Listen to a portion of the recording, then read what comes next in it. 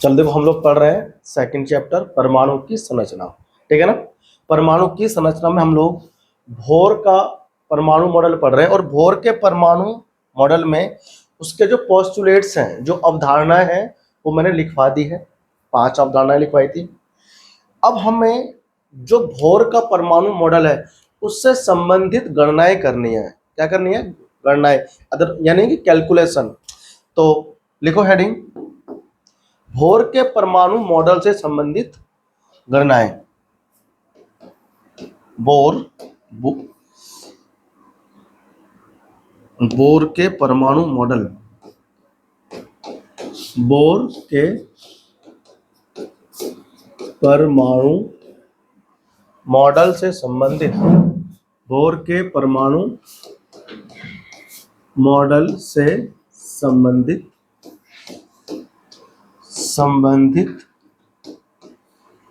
गणनाएं मतलब कैलकुलेशन। ठीक है ना। तो या फिर कह लो फॉर्मूला भी जो उससे बनता है ना, जितने फॉर्मूले बनते हैं बोहर के परमाणु मॉडल से, वो हम यहाँ सारे बनाएंगे। ठीक है। यानी calculation related to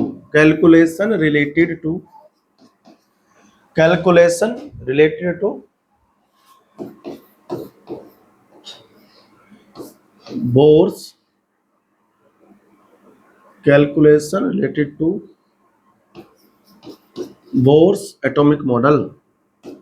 bourse atomic model. भाई बोहर का जो एटॉमिक मॉडल है उससे रिलेटेड जितने भी कैलकुलेशंस हैं वो हमें करने हैं। ठीक है। देखो,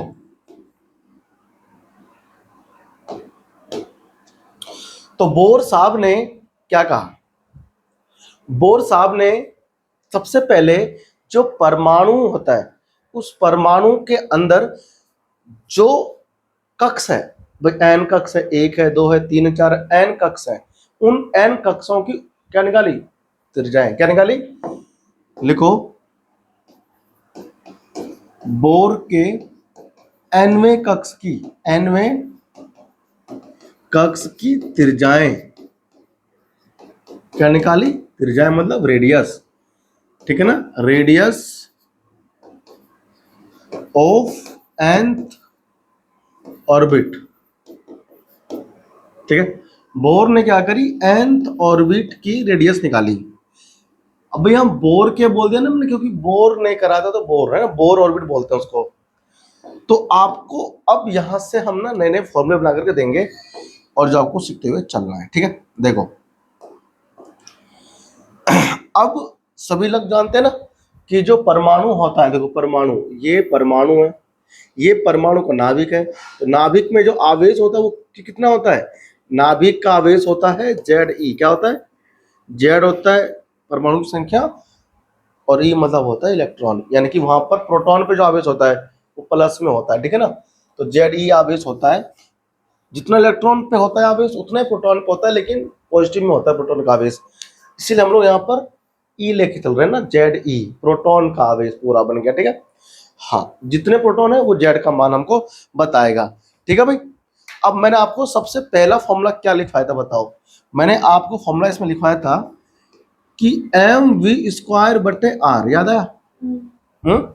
mv² बटे क्या था ये? mv² r, ये था हमारा कोणीय संवेग। कोणीय बराबर Ze² अपॉन, अच्छा यहाँ पर k था, k हमारा कांस्टेंट है। बताऊंगा अभी क्या है, 12th में आता है बहुत ज्यादा डिटेल में। k के बारे में क्या है आप समझ जाओगे, कूलाम लॉ कहते हैं ना, वहां से निकल के आता है। kZe² upon r²। अब यहाँ पर जो k की वैल्यू होगी ना, वो होगी 1/4 पाई एप्सिलॉन नॉट। इसे पढ़ते हैं एप्सिलॉन नॉट। ठीक है ना। अब इससे डिटेल में क्या कहते हैं ना, ये आप लोग सीखोगे 12th क्लास में। फिलहाल आप ये ध्यान रखो, k का मान होता है 1/4 पाई एप्सिलॉन नॉट। ठीक है ना। और इस पूरे का मान क्या होता है वो मान हम यूज करेंगे। ठीक है। कांस्टेंट है, पेपर में हमेशा इसका मान दिया जाता है। ठीक है ना।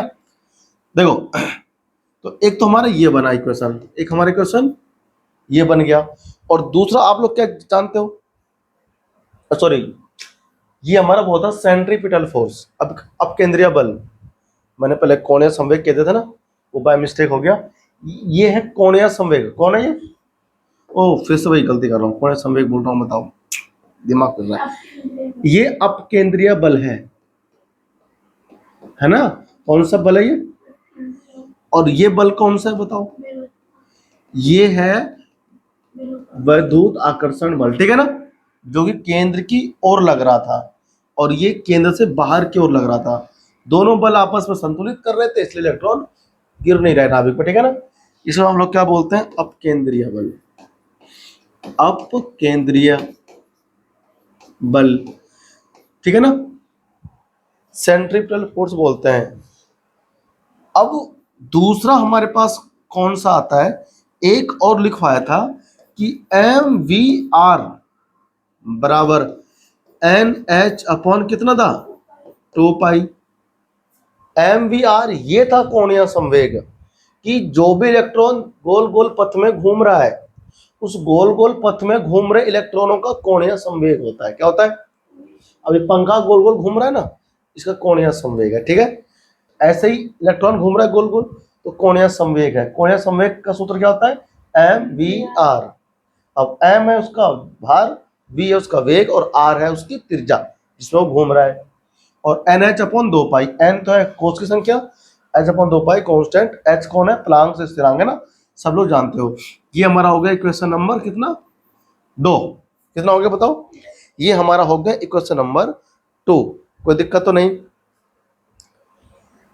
अब इक्वेशन नंबर 2 में देखो एम वी आर है, तो यहां पर वी है, उसमें कहीं वी है? इधर है, तो यहां से वी का मान निकाल के उसमें रख देंगे, उसमें, तो सबके सभी किसमें पहुंच जाएगा? रेडियस में। तो समीकरण 1 से, या फिर ये मत लिखो भी है ना, यहां से लिखो सीधा, v का मान क्या आएगा? देखो v का मान कितना होगा? एन एच अपॉन 2 पाई, है ना, एन एच अपॉन 2 पाई, अपॉन कौन हो जाएगा? m और r। अब इस v के मान को कहां रखेंगे? समीकरण 1 में। v के मान को समीकरण 1 में रखने पर, समीकरण 1 में रखने पर, एक कहाँ है हमारा? क्योंकि हमारा 1 है, तो m हो गया v का मान कितना है? N H upon 2 M V, sorry 2 pi M R, इसका स्क्वायर हो जाएगा क्योंकि ऊपर देखो स्क्वायर था इसमें ना, और अपॉन में कौन है? आर, और इधर कौन है बताओ? K Z E square upon R. यहां तक सबको समस्या आ गई? समस्या नहीं आई? समझ में आ गया? बहुत बढ़िया। देखो चलो अब हम बढ़ते हैं आगे। तो m तो हमारा देखो ऐसे ही रह गया, m जगह कैसे यार, जगह नहीं हो पा रहा है, थोड़ा इसको इधर कर लेते हैं, दिख रहा होगा वैसे था ना। तो देखो इसको अब ना खोलते हैं फॉर्मूला। m देखो n का स्क्वायर हो गया, इधर h का स्क्वायर हो गया, नहीं हो गया? अपॉन में तो कौन आ जाएगा? 2 पाई का स्क्वायर तो 4 हो जाएगा, ये पाई का स्क्वायर हो जाएगा, फिर ये m का स्क्वायर हो जाएगा, और फिर यहाँ पर r का स्क्वायर हो गया। अब ये r का स्क्वायर नहीं, यहाँ पर क्यूब होगा, क्या हो जाएगा? तुम 11वीं क्लास के बच्चे हो भाई, r का स्क्वायर यहाँ पर है और r नीचे आ जाएगा, तो r का पावर 3 आ जाएगा, r की पावर यहाँ पर के जेड ई स्क्वायर हो जाएगा अपॉन r। देखो इसमें से हम एक r काट देंगे, ठीक है ना। क्या कर देंगे? एक r काट देंगे, मतलब हम ऐसा कर देंगे कि इस चीज को इधर ले आओ, इस r को इधर ले जाओ। देखो ऐसे हम ऐसा करेंगे इसको, है ना, इस r क्यूब को इधर ले आओ, तो m N square H square upon, देखो एक m से ना ये m कैंसिल आउट कर दो, तो नीचे अब क्या बचेगा? ऊपर m तो बचेगा नहीं क्योंकि हमने कैंसिल आउट कर दिया, तो नीचे बचा 4 पाई, और क्या बचा? स्क्वायर, एक m बचा। हम इस वाले को नीचे लेंगे, ठीक है ना, के जेड ई स्क्वायर, ठीक है। इसको इधर से इधर ले आओ नीचे, भाई गुना में भाग में पहुंच जाएगा। इधर आर क्यूब है ना, इधर ले आओ, तो इधर हमारा आर क्यूब था, इधर नीचे आर है ना, आर से आर स्क्वायर बचेगा। कौन? ओ नीचे आर स्क्वायर है, हाँ नीचे आर स्क्वायर है, बाय मिस्टेक हो गया, ठीक है ना, अभी गलत हो गया था। अब यहाँ पर कौन है देखो, हो गया, हो गया फटाफट से, ये आर स्क्वायर, तो आर स्क्वायर से खत्म हो गया। तो बताओ आर की वैल्यू क्या निकल के आई, एन स्क्वायर एच स्क्वायर और फिर 4 ये pi M K Z E square. ये जो मान जो दिख रहा है आर बराबर N square H square upon 4 pi M K Z E square, N को छोड़ के इसमें जितने मान है सब स्थिरांक है। सब क्या है? इसमें सबके मान हमें पता है, इसमें हमें सबके मान पता होते हैं, ठीक है ना। तो यहां पर मैं किसका मान रखूंगा नहीं, डायरेक्ट इसकी वैल्यू पुट कर दूंगा, ठीक है ना। आप यहां से ये कह सकते हो कि आर जो है, आर मतलब रेडियस, त्रिज्या, किसका? एन कक्ष का, एन कक्ष का। भाई एन का मान 1 हो सकता है, 2 हो सकता है, 3 हो सकता है, तो एन कक्ष की त्रिज्या समानुपाती हो गया। क्या हो गया? देखो ये सब कौन है? स्थिरांक है। कौन है? स्थिरांक है, कांस्टेंट बोलते हैं अंग्रेजी में। तो ये सब के सब कांस्टेंट है, तो आर एन, एन का स्क्वायर के बराबर हम इसको लिख सकते हैं। क्या लिख सकते हैं? ठीक है ना, समानुपाती यानी कि अनुक्रमानुपाती पढ़ सकते हैं। इसका मीनिंग क्या हुआ कि किसी परमाणु की त्रिज्या उसके कोषों के वर्ग के अनुक्रमानुपाती होता है, कोषों की संख्या के वर्ग के अनुपाती होता है। मतलब कहने का यह है कि अगर n का मान बढ़ता जाएगा, भाई पहली कोष है उसकी त्रिज्या होगी कुछ कम या कुछ वैल्यू होगी, मान लो n हो जाएगा। अगर पहली त्रिज्या है तो n का मान 1 रखेंगे हम लोग, तो r बराबर, या कह लो, हाँ चलो ऐसा कहते हैं ना, समानुपाती 1, n बराबर 2 हो गया तो r समानुपाती 2 का वर्ग 4 है ना। बढ़ रहा है ना भाई, बढ़ रहा नहीं, इसी से प्रूफ हो गया कि कोषों की संख्या बढ़ने से परमाणु की त्रिज्या बढ़ती है। समझ में आ रहा है तुमको? तो ये हमने यहां से कर लिया सॉल्व, ठीक है ना। फिलहाल ये हमको ध्यान नहीं रखना, मैं तुम्हें इसका एग्जैक्ट वैल्यू लिख करके दे रहा हूं, आर एन। अब ये जो कांस्टेंट है इसकी वैल्यू क्या होगी, हम यहां पर लिखेंगे सभी स्थिरांकों, सभी स्थिरांकों का मान रखने पर, मान रखने पर हम सभी स्थिरांक के मान रख देंगे। तो इसके मान जब तुम रखोगे ना तो उसके बाद क्या निकल के आएगा पता है? एंगस्ट्रॉम में हम लोग ना लिख रहे हैं, ठीक है ना, किसमें? एंगस्ट्रॉम में। तो 0.529 कितना? N square angstrom. इन सब की वैल्यू एच स्क्वायर की, 4 पाई की, एम की, के जेड ई स्क्वायर के ना, एंगस्ट्रॉम में है ना, एंगस्ट्रॉम में वैल्यू, ये बहुत कम वैल्यू है, बहुत छोटी वैल्यू है ये, ठीक है ना। तो तुमको रखना क्या है याद, त्रिज्या परमाणु की, आर एन बराबर एन, एनवें कोष की परमाणु त्रिज्या क्या होगी? 0.529 एन स्क्वायर एंगस्ट्रॉम, ठीक है ना, ध्यान रहेगा। अब यहां अगर तुम्हें एंगस्ट्रॉम में मिल गया है तो तुम इसको पिकोमीटर में, मीटर में, सब में चेंज कर सकते हो, है ना, सेंटीमीटर में, सब में चेंज कर सकते हो, कोई समस्या नहीं। एक एंगस्ट्रॉम बराबर कितना होता है? 10 की पावर -10 मीटर, है ना। तो हम इसे चेंज कर सकते हैं वापस मीटर में। कॉपी करो फटाफट, फिर हम आगे बढ़ेंगे, ठीक है ना। तो यहां देखो, अब ये जो हमारा है ये हाइड्रोजन परमाणु के लिए है। किसके लिए है? हाइड्रोजन परमाणु के लिए, है ना। यहां हम लिखेंगे उपरोक्त त्रिज्या केवल, इसको मैं साइड में कर रहा हूं, ठीक है ना, उपरोक्त त्रिज्या केवल H परमाणु के लिए, परमाणु के लिए है।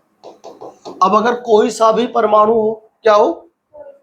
कोई सा भी परमाणु हो तो वहां पर क्या करेंगे? R N equal to 0.529 N square upon Z करेंगे एंगस्ट्रॉम में। समझ में आ रहा है? क्योंकि हाइड्रोजन की परमाणु संख्या कितनी होती है? एक होती है, तो जेड का मान वहां पर एक रखा गया था। अब क्या है, जेड का मान हमको नहीं पता भाई, एच का जेड का मान क्या हो सकता है? 2 हो सकता, 3 हो सकता है, 4 हो सकता है ना, तो जेड को छोड़ दो। तो जेड क्या है? परमाणु संख्या। जेड क्या है? परमाणु संख्या। अगर जेड का मान एक रख दिया तो यहाँ पर एक आ जाएगा, फिर हमारा ये बन जाएगा, ठीक है ना, जो कि हाइड्रोजन के लिए होता है।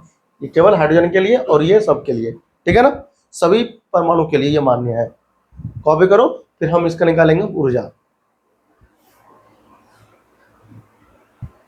तो अब क्या है कि परमाणु की त्रिज्या निकाल दी मैंने, nवें कक्ष की निकाल दी, तो ऊर्जा से पहले ना वेग निकालो। क्या निकालो?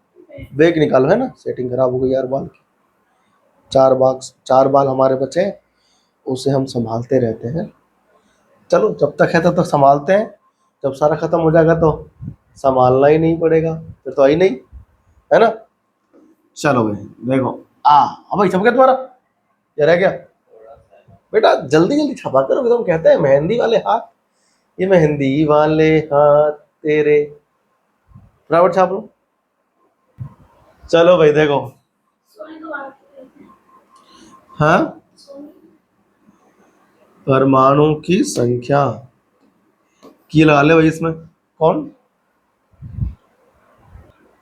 चले भाई, अब हमें वेग निकालना है। क्या निकालना है? वेग मतलब कितनी वेग से इलेक्ट्रॉन घूमेगा, ठीक है। लिखो। तो अब अगला हमारे पास क्या हो गया? इलेक्ट्रॉन का वेग, इलेक्ट्रॉन का वेग। तो लिखो इलेक्ट्रॉन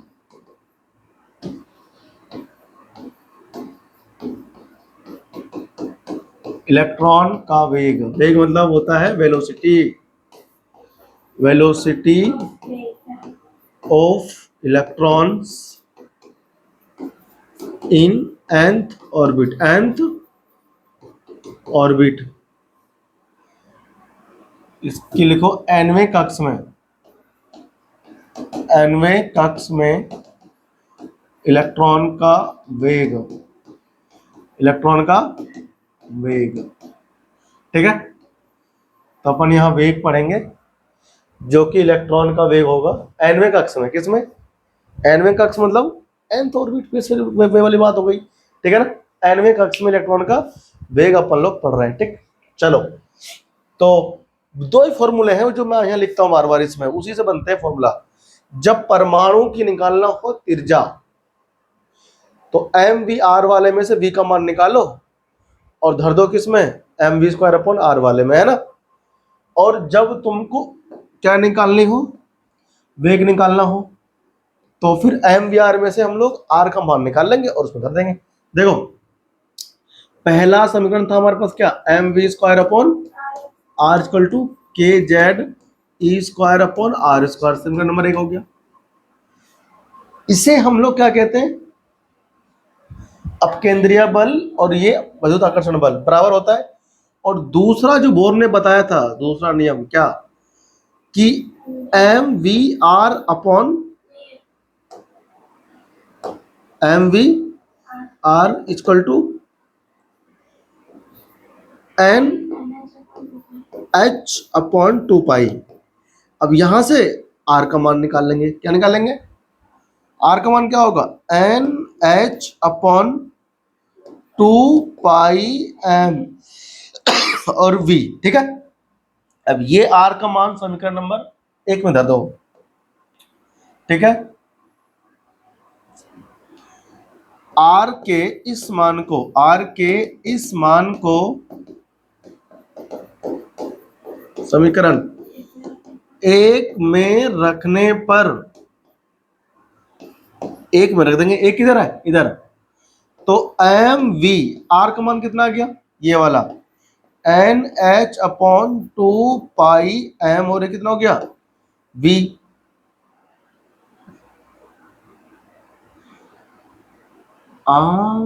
गलत कर दिए कि नहीं कर दिए? आर का मान तो यहां रखना था ना, इधर, और हम गलत कर रहे हैं, गलत कर रहे हैं। देखो एम वी स्क्वायर है ना, अपॉन आर का मान यहाँ रखो। आर का मान कितना है, N H upon 2 pi M और ये वी, ठीक है, इज इक्वल टू, इधर देखो ऐसा करो सबसे पहले तो ये इसमें से एक आर कैंसिल आउट हो जाएगा, ठीक है ना। देखो M V square upon R है ना, और इधर कितने K Z E square upon R square, इस वाले आर से आर क्या हो जाएगा, कैंसिल आउट हो जाएगा। तो बस कुछ नहीं करना है, यहाँ पर एम वी बचेगा स्क्वायर, और यहाँ देखो इधर K Z E square upon R का मान ये रख देंगे हम लोग N H upon 2 pi M V, दिक्कत तो नहीं। और अब ये उठ के इधर पहुंच जाएगा, अब ये उठ के इधर पहुंच जाएगा, तो क्या बनेगा देखो इधर M V square equal to के जेड ई स्क्वायर, और ये इनटू में हो जाएगा कितना 2 पाई एम वी अपॉन क्या एन एच हो जाएगा, है ना। तो देखो अब देखो यहाँ पर भी है ना, ये वाला वी और ये वी क्या हो जाएगा, कैंसिल आउट। तो इधर एक भी बचा, क्या बचा इधर, ये कट गया, तो तुम्हारा इधर बचेगा एक वी। तो वी इक्वल टू क्या आएगा देखो के, ठीक है, इधर 2 कर लो, इधर पाई कर लो, फिर एम कर लो, फिर ई स्क्वायर कर लो, हाँ अभी काटते हैं ना, ई स्क्वायर हो गया, चलो यहीं काट लो, फिर तुम बाद में बोलोगे काट दिया, है ना। ये वाला एम क्या हो गया,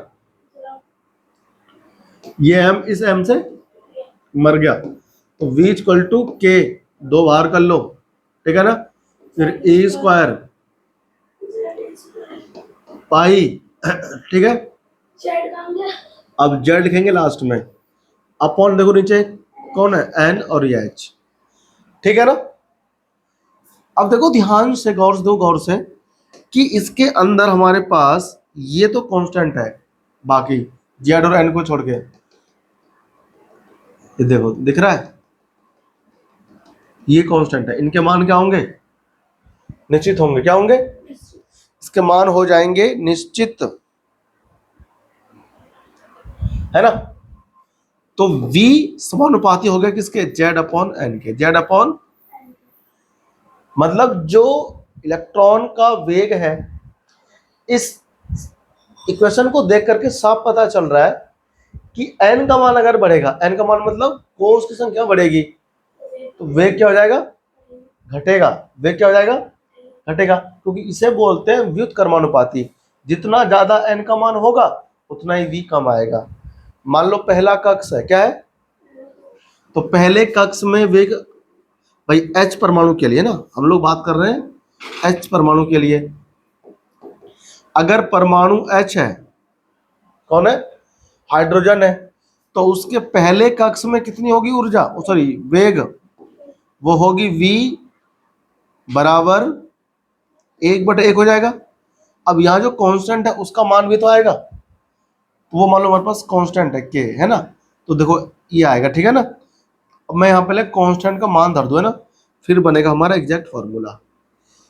तो v जब ये कांस्टेंट का मान धरेंगे तो 2.88 आएगा, कितना आएगा, 2.18 इंटू 10 की पावर 6,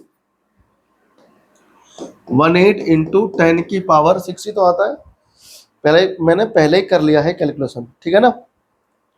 2.18 इंटू 10 की पावर 6 मीटर पर सेकेंड, किसमें, मीटर पर सेकेंड, है ना। ऊपर ना इसको सब कुछ मान धरना पड़ता, टाइम लगता, तो मैंने पहले ही कर रखा है कैलकुलेट, है ना, फिर मैं आपको दे दे रहा हूँ, तुम घर पे ना सारे मान रख करके देख सकते हो, एग्जैक्ट आएगा बिल्कुल।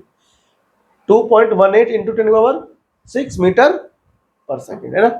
ये क्या है, इलेक्ट्रॉन का वेग, क्या है, अरे भैया इसमें एन और जेड तो लगाया ही नहीं, जेड अपॉन एन, ठीक है ना, मीटर पर सेकेंड। दिक्कत तो नहीं किसी को, अरे बात आया तुमको समझ में आ गया रे, अब अगर हमसे कोई किसी ने कहा, अब देखो एग्जैक्ट मान निकल कर आएगा, देखना, कहा कि 4 यानी कि H परमाणु के लिए,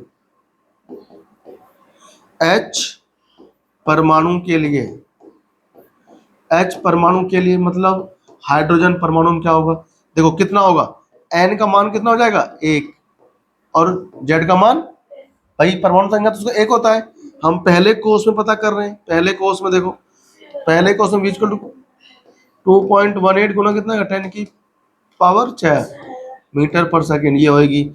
दूसरे में कितना होगा, देखो दूसरे बैग में n इक्वल टू 2 में, दूसरे कोर्स में देखो ध्यान से, v इक्वल टू 2.18 इंटू 1/2 हो जाएगा।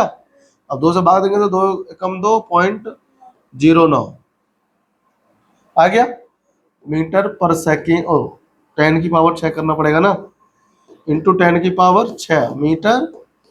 बताओ ये वाला मान बड़ा है कि ये वाला मान बड़ा है, कौन सा मान बड़ा है, ऊपर वाला मान क्या है, तो देखो कोस की संख्या बढ़ गई तो मान घट गया नहीं घट गया, पहले कितना था 2.18, अब कितना हो गया 1.09, मतलब कम हो गया ना। तो कोस की संख्या बढ़ने से क्या होता है, इलेक्ट्रॉन का वेग बढ़ता है, क्या होता है, ठीक है ना। कॉपी करो फटाफट से, मैंने इलेक्ट्रॉन का वेग भी निकालना सिखा दिया। अब बारी आएगी ऊर्जा की, ठीक है ना, यहीं से तो स्टार्ट है ये बेटा, यहीं से स्टार्ट है क्या, और ऊपर से स्टार्ट है बेटा, यहाँ से देखो, यहाँ से स्टार्ट है बच्चा, ठीक है ना, छोटा नहीं हो सकता ना ये, एनवे कक्ष में, ये एनवे कक्ष में, ठीक है भाई, एनवे कक्ष में इलेक्ट्रॉन का वेग है ना, आप लो ये कर लो कॉपी, पूरा कॉपी कर लिया, हो गया। चलो ऊर्जा को ना अगली क्लास में निकालेंगे, ठीक है ना। इस क्लास में हम लोग निकालेंगे टाइम पीरियड, क्या निकालेंगे कि भाई अगर इलेक्ट्रॉन घूम रहा है, कौन घूम रहा है, ये इलेक्ट्रॉन है मान लो, है ना, ये परमाणु हो गया, नाभिक हो गया, और ये पहली कक्ष है मान लो, पहली कक्ष मान लो ये है, तो इसमें इलेक्ट्रॉन घूम रहा है, इसमें ये इलेक्ट्रॉन घूम रहा है, तो ये पूरा चक्कर लगाने में कितना समय लेगा, कितना समय लेगा, ये हमको निकालना है, ठीक है। टाइम पीरियड, टाइम पीरियड मतलब समय अंतराल, ठीक है ना, परिक्रमा का समय अंतराल, ठीक है ना। हेडिंग अभी हो गया। चलो ऊपर चलते हैं ना, हो गया, लिखो हेडिंग, टाइम पीरियड का बोलते हैं समय अंतराल।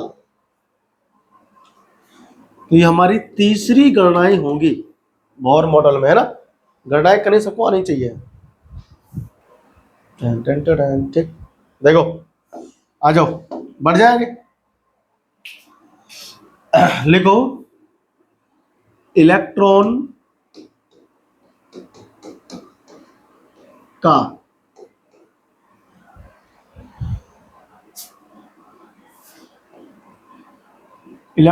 का क्या बोलते हैं, एक नाभिक का चक्कर लगाता है उसका बोलते हैं समय अंतराल।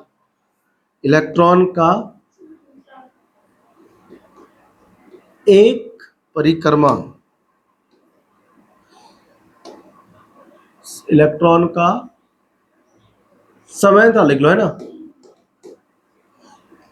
एक चक्कर आना, ये इसमें लिख लो इलेक्ट्रॉन का एक पूर्ण परिक्रमा, पूरा, एक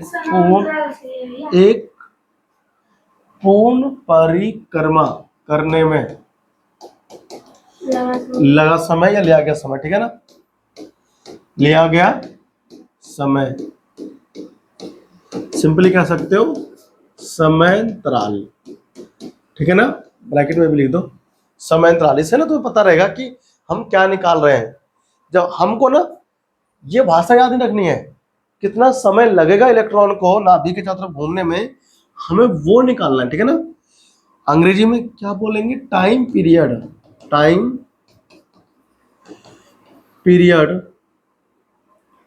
ठीक है ना, time period of electron, time period of revolution of electron है ना, हाँ रेवोल्यूशन ऑफ इलेक्ट्रॉन, कितना समय लगाएगा ये लिखो। क्या होता है ये, नाभिक द्वारा एक चक्कर पूरा लगाने में कितना समय लेगा, ठीक है ना, देखो नाभिक द्वारा नहीं, नाभिक के चारों ओर इलेक्ट्रॉन द्वारा, हम फिर गलत ही बोल देते हैं, इलेक्ट्रॉन द्वारा लिखो, इलेक्ट्रॉन द्वारा, इलेक्ट्रॉन द्वारा नाभिक के चारों ओर एक परिक्रमा, एक परिक्रमा पूर्ण करने में लिए गए समय को इलेक्ट्रॉन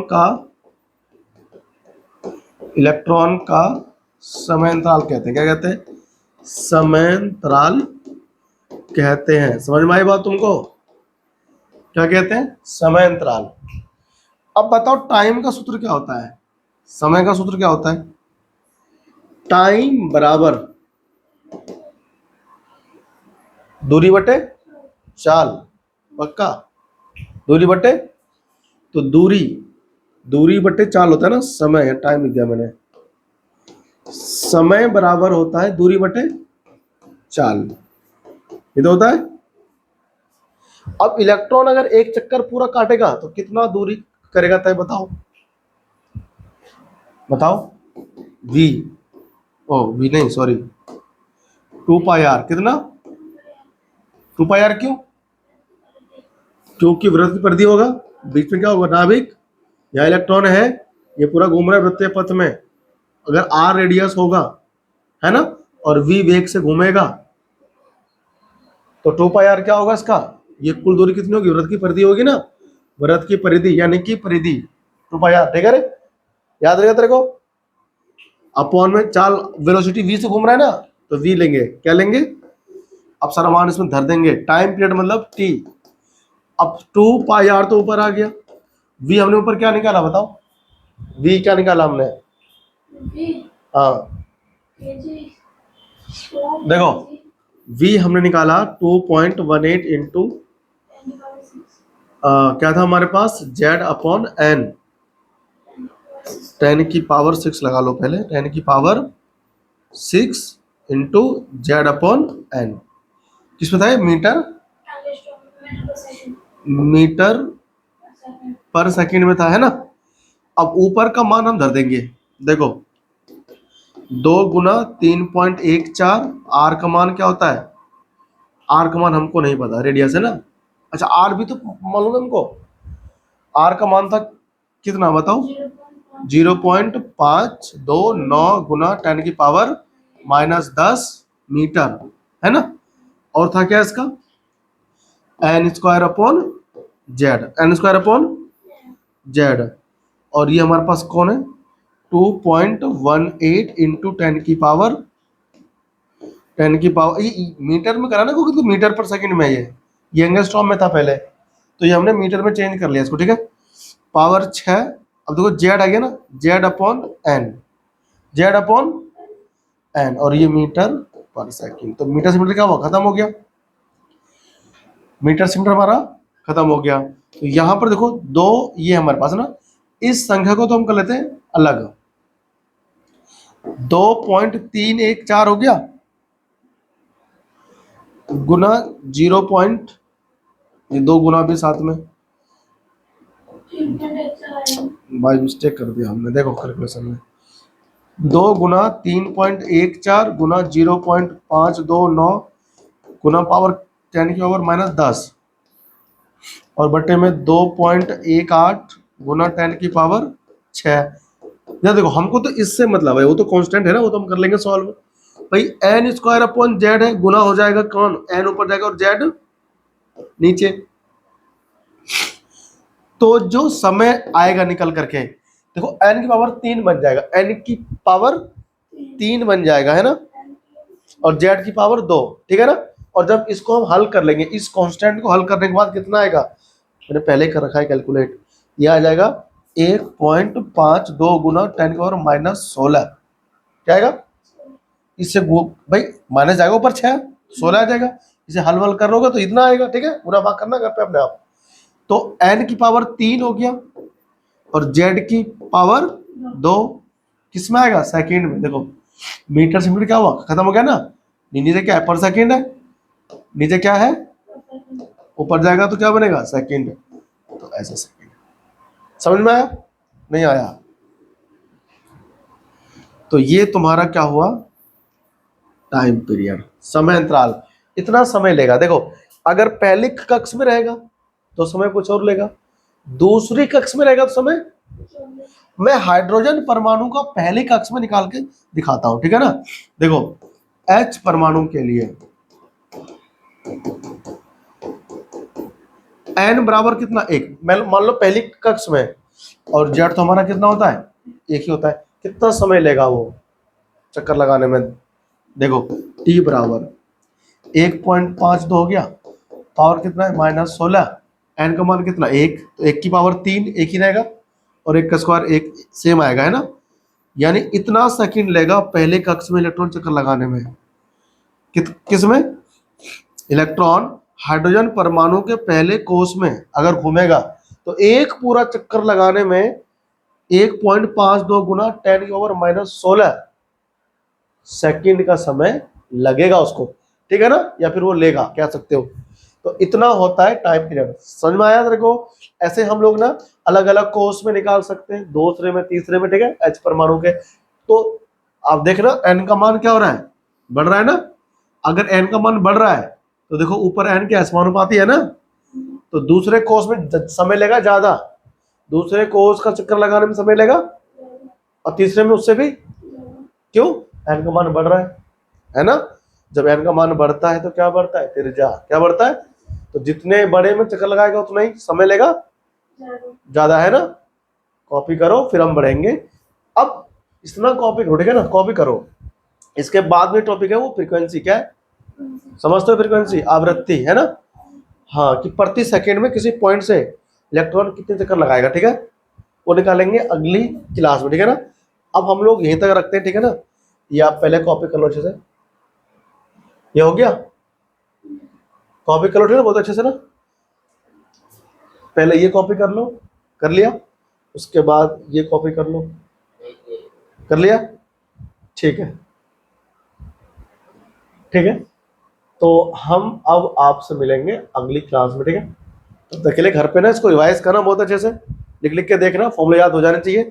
बहुत बार ना केवल फॉर्मूला बेस्ड क्वेश्चन आता है पेपर में कि बताओ कितनी होगी रेडियस, त्रिज्या कितनी होगी, ठीक है ना, वेलोसिटी कितनी होगी, कितना समय लगाएगा वो करने में, चक्कर एक पूरा लगाने में, ठीक है। तो अपन मिलते हैं अगली क्लास में, थैंक यू।